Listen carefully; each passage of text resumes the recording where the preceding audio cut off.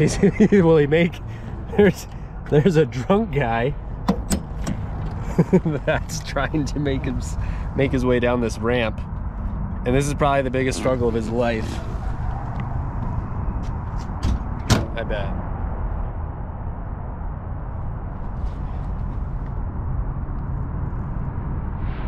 All right, so today's video is comparing an MG Midget Mark III with an MGB GT, Mr. Craigs. Hey. And we got Uber trying to knock us over here. So this is just like a walk around of what the size difference is between these and attributes. Do you know how long yours is?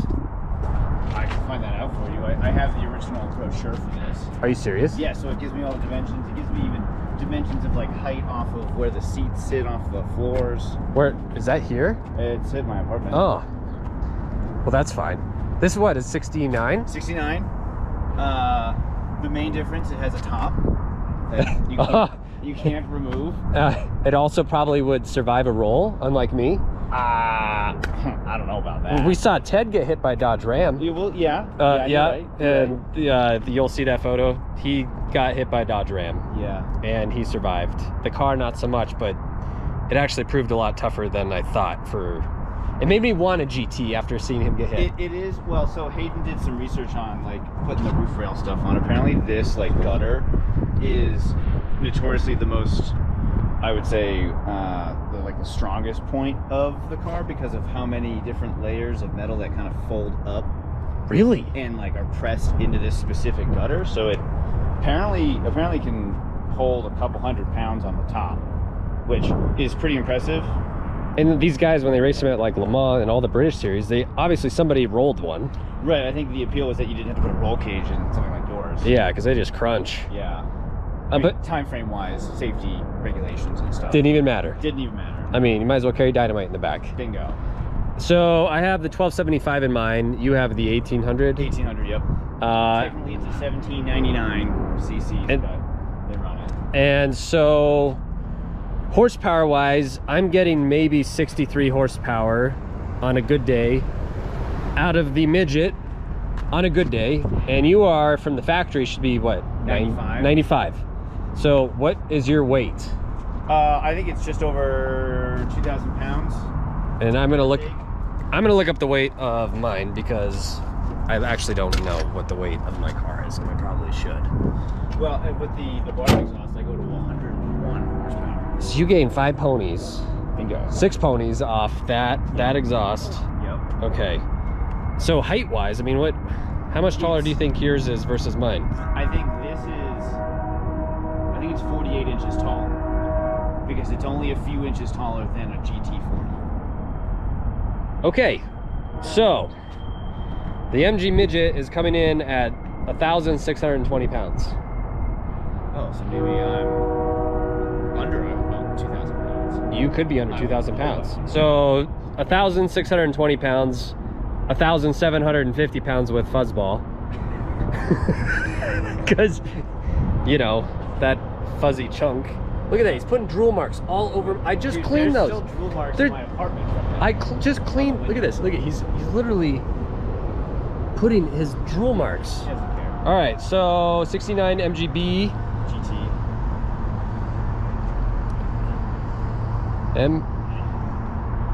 I think the appeal was that when you compare them to like a Corvette, they're about the same weight.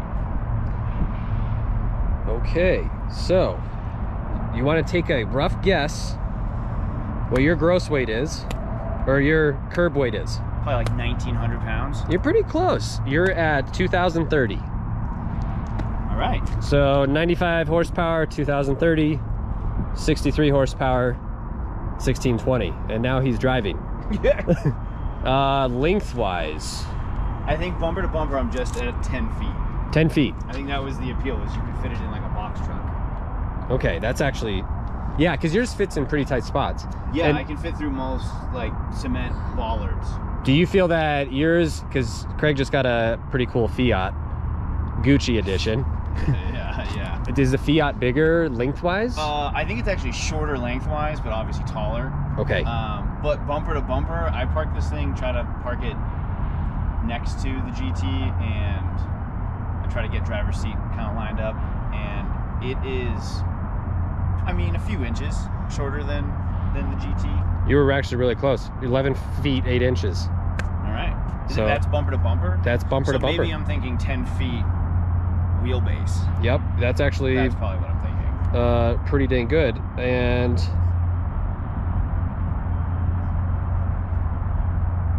here's the specs. 137 inches on the Midget. Oh, dang. Okay. Exactly 137 inches. Exactly. Size-wise, obviously, what, you're 6 foot? Yep. You fit in that quite nicely. Yeah. There is a significant difference in sitting in a Midget versus a GT. I feel like that feels like a normal car. This feels like a kid's Power Wheels. Yeah, like if I drive this for a while, and then I get into my car, I think that the seat's too far back, and I feel like I'm in a lounge. You know, I have too big of a car. In that? Once I get from the Midget to the GT, it feels like the GT has way more space. Yeah, I mean, it's a much more relaxed seating position, more of a cruiser, very hence grand touring, right? GT-esque. I mean, it's kind of meant for that. Probably the most comfortable seating position with an arm out the window that you could drive. The Midget seems to be a little high on the door, and the steering wheel, yours is. Yeah, I feel like it's a Midget. I mean, it's tiny, so it's like it's very close to you. Is your head? I mean, your head sits. Is it flush? I have to drive one of these with these flat so that I can get a good. Because your head is just about. I'm about here. Yeah. My forehead's probably about here. All right, so you know, if you're short, Midgets are great. I'm not very tall. Yeah. So I fit like a glove. Yeah. Where James would be like. James wouldn't. I think James. Well, that's why James got a shorter windshield on his TR3. He was exactly at the height where the frame was hitting, so he had to get a shorter. Yeah, to get a shorter windshield. Relatively, I think we share the same headlights. I would assume so. I definitely know we have the same tail lights. Yes. So, same frame, which is kind of hilarious, same frame. So those carried over, reverse lights carried over. And I don't know how much different the Midget, like, rear quarter panel is to the B. Yeah. I mean, maybe a little bit longer lengthwise. Oh yeah, look at that. But it looks relatively the same. You still got the same, like that seam. Those pinch points. That's the thing a lot of people do. When they restore them, they put these like flush.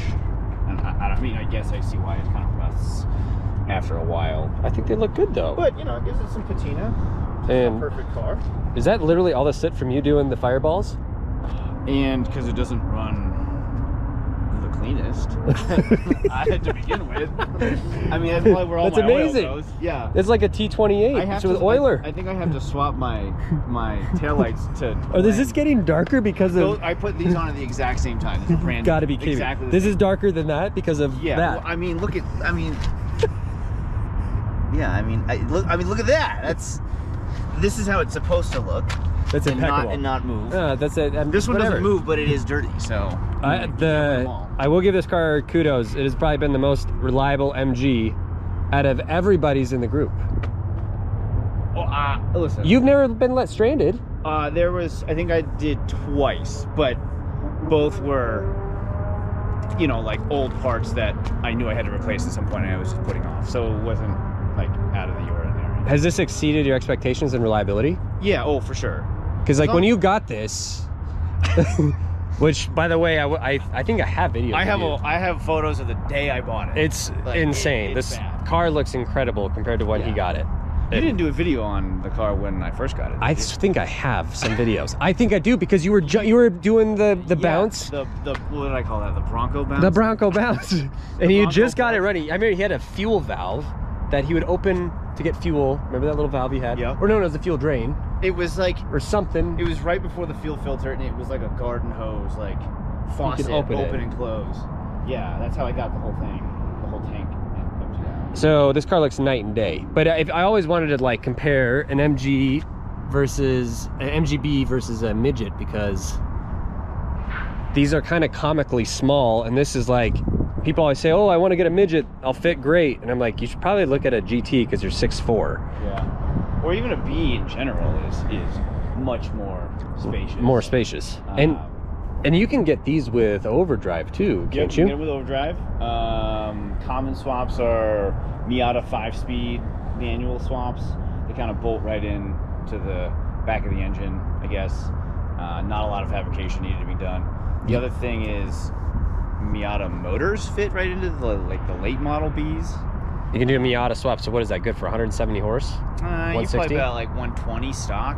Oh, okay. There's a guy in the group, John Breeze, he did a Ford Focus Z-Tech swap. One of these? 160 horsepower, like stock, like with 200,000 miles on the Ford Focus motor. And I was like, so in theory, you could get an ST motor in this. He goes, in theory. In theory. So, I mean, you could be pushing, 200 horsepower. I don't know how much the frame would be able to take. Brakes, frame. Are they using the existing transmission or the... They would have to shorten the transmission because you'd also have to, for the Ford Z-Tech one, it's the same transmission. He put a Miata 5-speed gearbox in it. Okay. And then I think he's got fuel injection on it now. Oh. But he's not, last I heard, he wasn't doing all that well with the, might swap back to the carburetor. So your thoughts of what could be improved on the GT, what would you change? Comparatively to your car? Or yeah, like in what's something on the GT that you're like, I wish this was different? The trunk size really is kind of an optical illusion. The trunk size? Yeah, because, sure, it has a top and it goes to the back, but really the trunk size is cut in half because of the trunk coming down. I can see that. So you have to, I have to fold the rear seat down, which isn't a problem, because, really, you have this.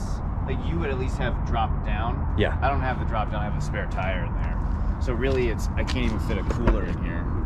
Yep, that won't hit. Oh, it won't? No. Really? Yeah. You gotta be kidding. Oh my. See, they knew.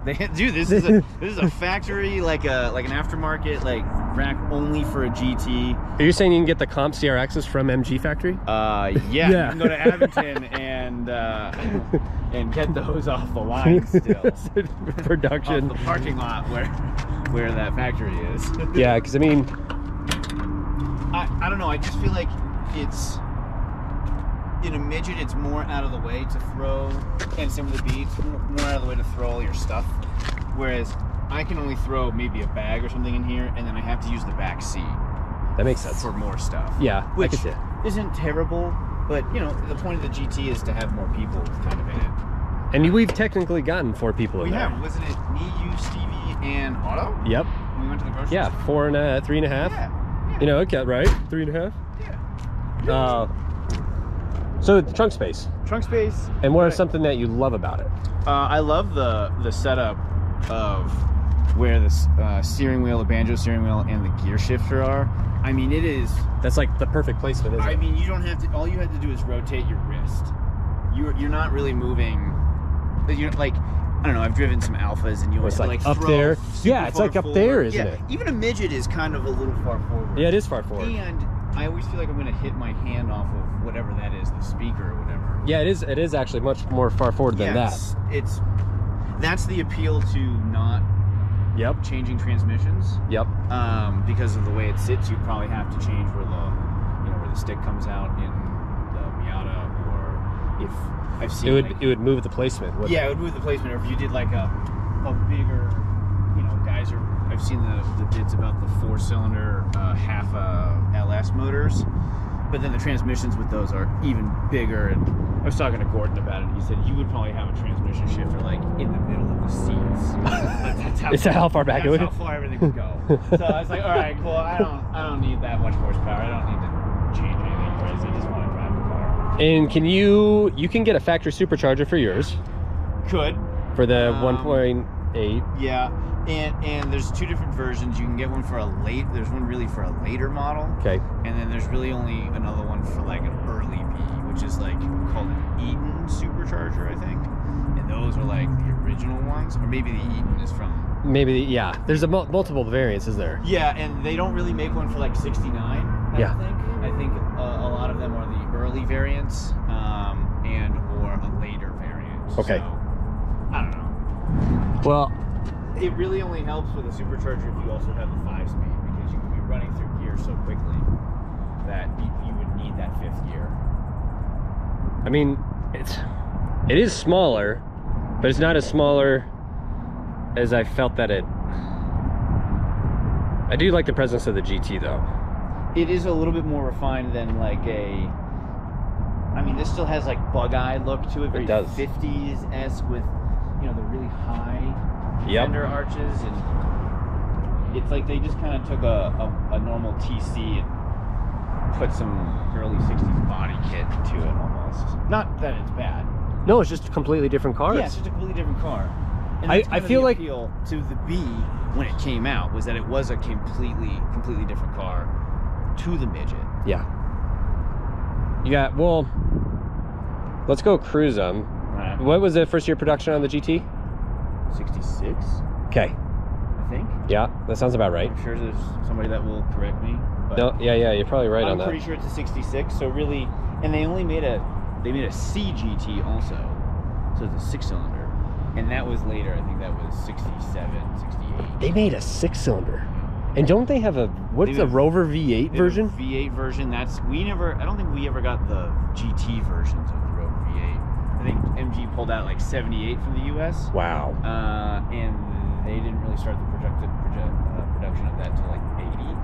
But you could run, it was like a, whatever the first gen Discovery was. Yeah, it was like that variant. V8. But the appeal to that V8 is that it was an aluminum block, and it weighed less than even the cast iron 4-cylinder that's in this one. Really? Yeah. But it's also, you know, 80s V8, so it's like, what are those? It's lots of bark, but not a lot of bite. 4-liter, 100 horsepower. Like, yeah. Cool. Yeah, I would much rather just throw like a Ford Z-Tech in it. The mullet barely flowed. Yeah, definitely not happening. Exhaust note, we'll get you a mild exhaust note going this way. Yep. Got an Abarth exhaust, so this You want to fire that puppy up? Yeah. This before Fiat only had Abarth as a tuning company. Abarth made other tuning. That was like the holy grail for you, This right? was like the holy grail. Yeah. That's how I felt when I got my exhaust, because I found that in Connecticut in new old stock up in a warehouse, and it was an Anza, and it literally had the Ferrari logos on it, and it bolted right up.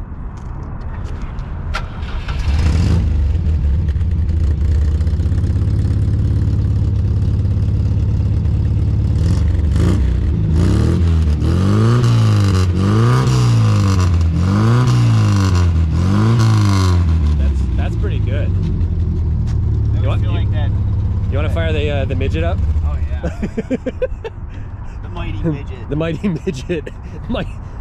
Ninja Turtles. Or Every time I do that for somebody, I always think of, you remember that meme you sent me, or that reel? Yeah. That dummy like 3D version is like when you and the buddy get a new exhaust, and it's the guy go do, and it's like bouncing around in the truck. Yeah, I remember that. Exactly what it feels like. Ooh, a penny.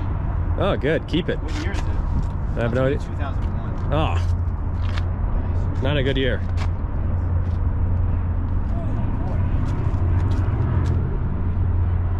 Does your e-brake work? Yeah, e-brake should work. Hey, Nugget.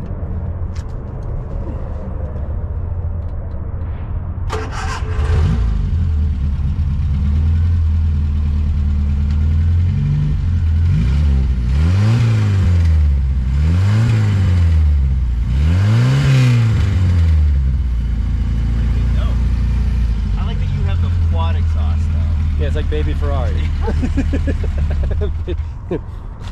Midget Ferrari. Yeah, it's definitely midget Ferrari. Midget Ferrari. 75% less cylinders. The only difference, I don't. It's very tight in there. It's tiny, is it? It's a good small person car. Yeah, oh, for sure. And you know, and good dog car. Good dog car. Can't say that fast. Good dog car. We'll do one you exhaust you drive by. Just come right by here. Which one, or what do you want to do?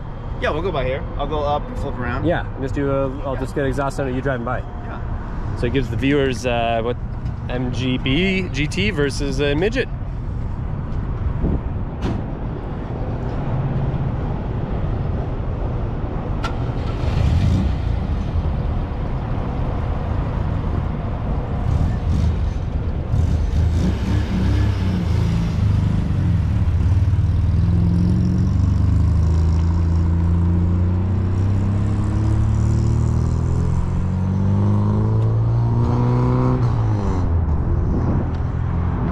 just had to do one of these comparison videos because frankly, I only do one video focusing on this and do another video focusing on that car, and putting them together kind of gives the audience a really good perspective of the differences between the two, because they're honestly pretty vast.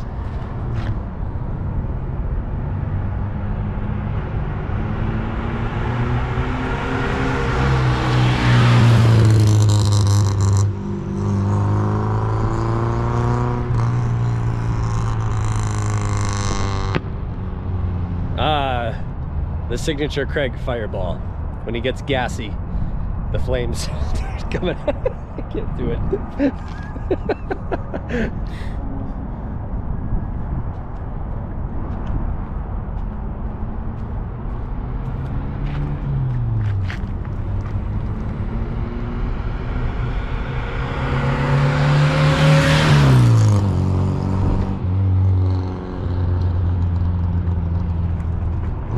Honestly, sounds really good.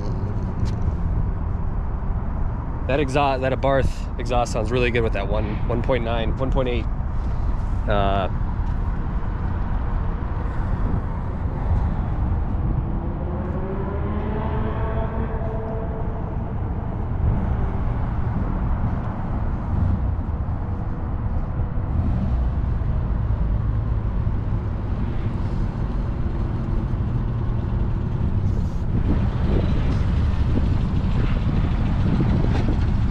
You want to drive the Midget next? Sure. Okay. That was good. She sounds... I like the your signature fireball. I remember that time when we were hanging out the back. You have that one. It's like a, dude, that's like a huge fireball. I'm sure you'll be able to see it if we go through the There was a time I was driving through Cherry Creek recently, and I did it through like the really nice part of Cherry Creek, like the nice houses. Yeah. And I saw the flash off of the cars next to me. Because of the fireball? And I was like, oh, right, I forgot that happened. Yeah. All right, bud, you ready to go for it? Oh, sorry, bud. Yeah, I mean, your head. Yeah. Yeah, I could. Yeah, I'm not. Yeah. Yeah. This is. Look, I'm also all the way up. You can also move that seat back if you want it. Because I drive pretty close. Yeah. You know, because I got me short legs. My leprechaun legs. Got me some short legs. Am I that second? That's first? That's first, that's second, yep. So that's neutral. That's neutral.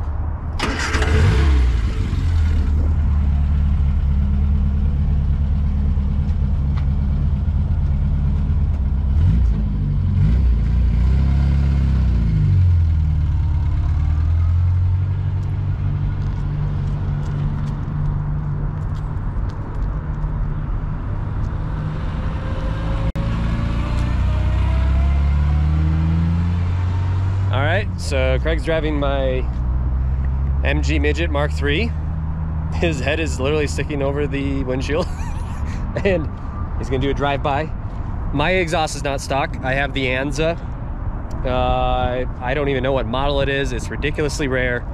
I've yet to find another variant of it. And so if you're asking where did you get that exhaust, I found it in an MG shop in Connecticut in a warehouse, still in the original box from I don't even know what decade. It was in there, and I knew it was a quad exhaust. That's what I was looking for, because I didn't want the other variant of exhaust sold by another company that's, I don't know, it's not as good. This was the, so this exhaust is not stock.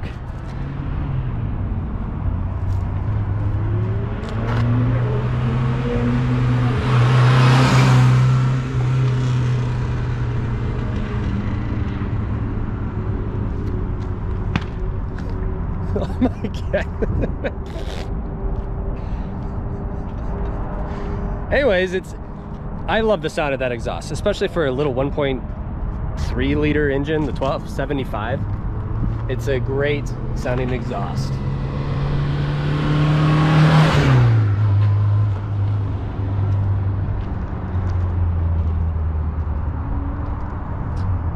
So we'll go do some rolling shots. We'll go for a drive. The audio is probably not going to pick up absolutely no exhaust notes, unfortunately. But some rolling shots are good, and hopefully that gave you some light on an MGB GT versus an MG Midget MKIII. and kind of give you, oh, this is going to fit me better versus, oh wait, this actually is going to fit me better. This is great if you're not very tall. This is great if you are tall, you like a roof over your head, hard roof, not a soft. And yeah, I think it just comes down to preferences of what one is looking for a car. Both are in relatively the same price point. Both are getting more expensive. GTs are going up in value pretty crazy. Round arch midgets are going up in value pretty crazy as well. So it comes down to what you're looking for. Rust is a big factor to consider. Obviously, these are Colorado cars. I don't know, where did yours originate from? San Francisco? I don't know. There's a guy who had it for a long time. I mean, it's been here for 10 plus years. Yeah. But you remember when I painted this? What was that, like 2019? Yeah, I think so. It was a long time ago. Yeah, so if you look, so like, you know, I got it sanded down. It still looks amazing. I didn't really do much prep work, and then got a Mako paint job. So like, we're talking 6 years. And it still looks of daily driving, and that's the first. I mean, this started maybe a few months ago, maybe getting to like a year now. And that's easily repaired. Right, and yeah. So, you know, it kind of puts in perspective of like how long you can go without really having to. The good thing is the parts support for everything on this car is amazing. Yep. I would say, yeah. It's just how much debt do you want to go into? Yeah. When you get that. Yeah, that's true. But I mean, you can literally get any part for these cars, both of them. Both are easily obtainable parts-wise, and to get them worked on, there's usually pretty good, reputable British car repair shops. At least in Colorado, we have Accent Allies, which is the holy grail. Now Allies Vintage. Allies, yes, you're right. Yeah. They took over. Obviously, if you're going to look at either one of these, either be mechanically inclined. I'm not saying that they break down all the time, because they're actually exceedingly more reliable than you give them. If you buy them, if you buy one, the first 6 months will be hell. Yeah, just getting all the corks out. You will replace just about everything the first 6 months to a year. But once that's done, then they're great. You can turnkey and go. Like I have no questions about this one. Like, I mean, I've had mine since 2015, 16, and same engine, same trans, same driveline. I'm just on my second clutch. Rebuilt carbs, alternator, what else? Water pump. I mean, you know, your basic essentials, but like the actual build quality of the engines is actually pretty good. Yeah, it's pretty robust, and I'm on my second set of bearings. Oh yeah, that's right. So, and you were like, I was like ripping speed racer everywhere. I didn't know how like cars work, so you know, I was ripping a pretty good rattle for a long time. Do you want to go cruise these guys? All right.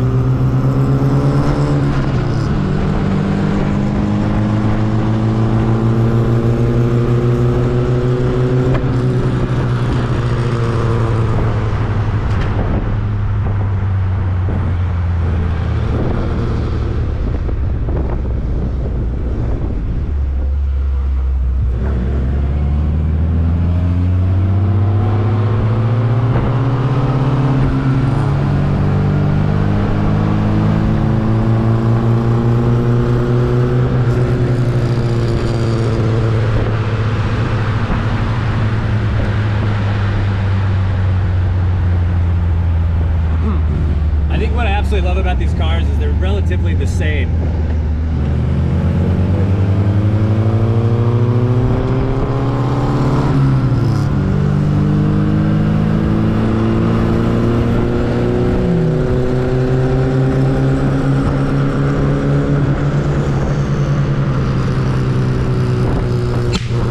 God, Lord!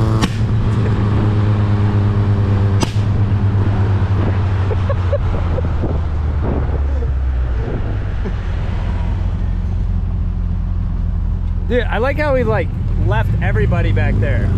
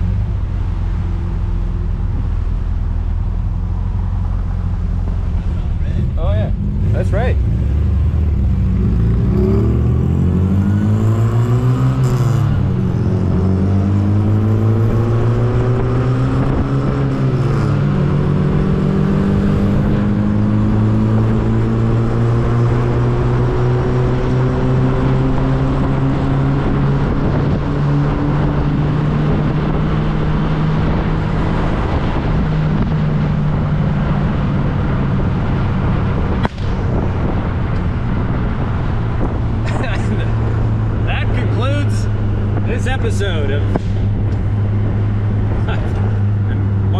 MG Midget Mark III versus MGB GT. Thanks for watching.